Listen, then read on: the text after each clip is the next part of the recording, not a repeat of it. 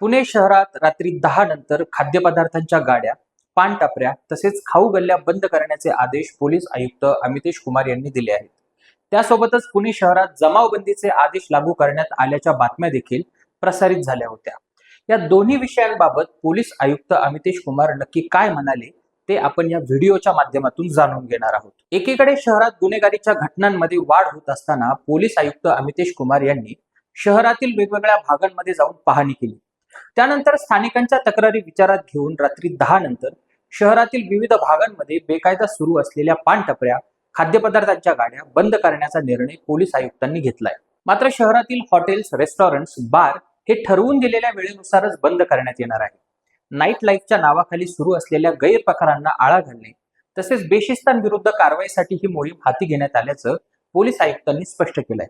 याबाबत पोलीस आयुक्त नेमकं काय म्हणाले ते पाहूया.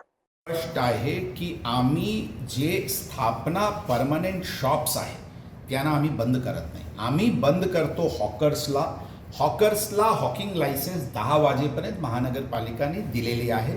त्यांना 10 वाजता अशा प्रकारचे हॉकर्सला बंद करण्यात येते. पान टपरीज ज्यांना लायसन्स आहे त्यांना पण 10 वाजेपर्यंत आहे. पान टपरीज आम्ही 10 वाजता बंद करतो.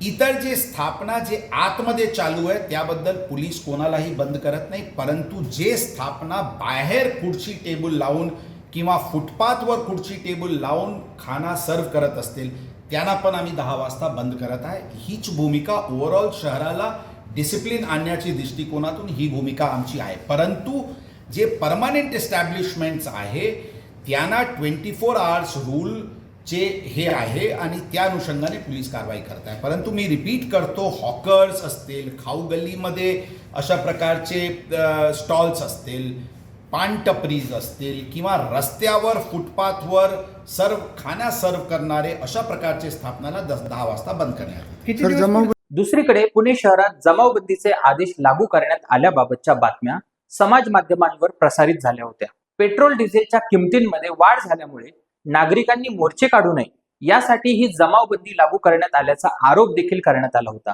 मात्र पुणे शहरात कोणतीही जमावबंदी लागू करण्यात आलेली नसून हे दर 15 दिवसांनी जाहीर होणारे प्रतिबंधात्मक आदेश असल्याचं पोलीस आयुक्तांनी स्पष्ट केलंय. 26 मे ते 8 जून या कालावधीत हे प्रतिबंधात्मक आदेश देण्यात आले आहे. या कालावधीत स्फोटकं बाळगणं, ज्वलनशील पदार्थांची साठवणूक करणं, समाज माध्यमांमध्ये दहशत माजवणारा व्हिडिओ व्हायरल करणं, पोलीस परवानगीशिवाय आंदोलन करणं यावर बंदी घालण्यात आली आहे. तसंच हत्यार बाळगण्यास देखील मनाई करण्यात आली आहे. याबाबत पोलीस आयुक्त नेमकं काय म्हणाले ते आपण जाणून घेऊया.